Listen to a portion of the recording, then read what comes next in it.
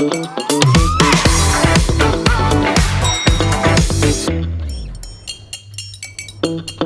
இல்லாம colour print பண்ணுங்க, அதுவும் மிக குறைஞ்ச விலையில. Epson EcoTank printers. இது வெறும் ஃபேபுலஸ் இல்ல, இது டோட்டலி பிரிண்டபிளஸ். நேபாளம் புதிய 100 ரூபாய் நோட்டுகளை வெளியிட்டு அடுத்த சர்ச்சையை கிளப்பியுள்ளது. இதில் இந்தியாவுக்கு சொந்தமான உத்தரகாண்டில் கலாபானி, லிபுலேக் மற்றும் லிம்த்யாரா பகுதிகளில் இடம்பெற்ற நேபாள வரைபடம் அச்சிடப்பட்டுள்ளது. இந்த 3 பகுதிகளையும் நேபாளம் மற்றும் சீனா ஆகியவை உரிமை கோரி வருவதால் எல்லை பிரச்சினை நீண்ட காலமாக தொடர்கிறது. நேபாள ராஷ்டிரிய வங்கி தற்போது வெளியிட்டுள்ள இந்த புதிய நோட்டுகள் 2024ஆம் ஆண்டிலேயே அச்சிடப்பட்டதாகவும் தற்போது பொதுமக்கள் பயன்பாட்டிற்கு வந்துள்ளதாகவும் தகவல்கள் தெரிவிக்கின்றன. பணத்தாளில் இடம்பெற்ற வரைபடம் நேபாள அரசின் முடிவின்படி திருத்தப்பட்டதாக வங்கி தரப்பு விளக்கமளித்துள்ளது.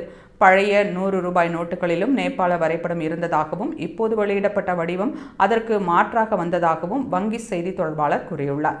2019 முதல் இப்பகுதியை சுற்றி இந்தியா நேபாளம் இடையேயான அரசியல் பதற்றம் அதிகரித்து வந்தது.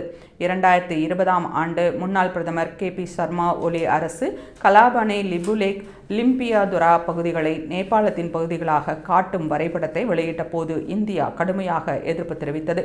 ஆனாலும் அந்த வரைபடம் நேபாள நாடாளுமன்றத்தில் அங்கீகரிக்கப்பட்டது.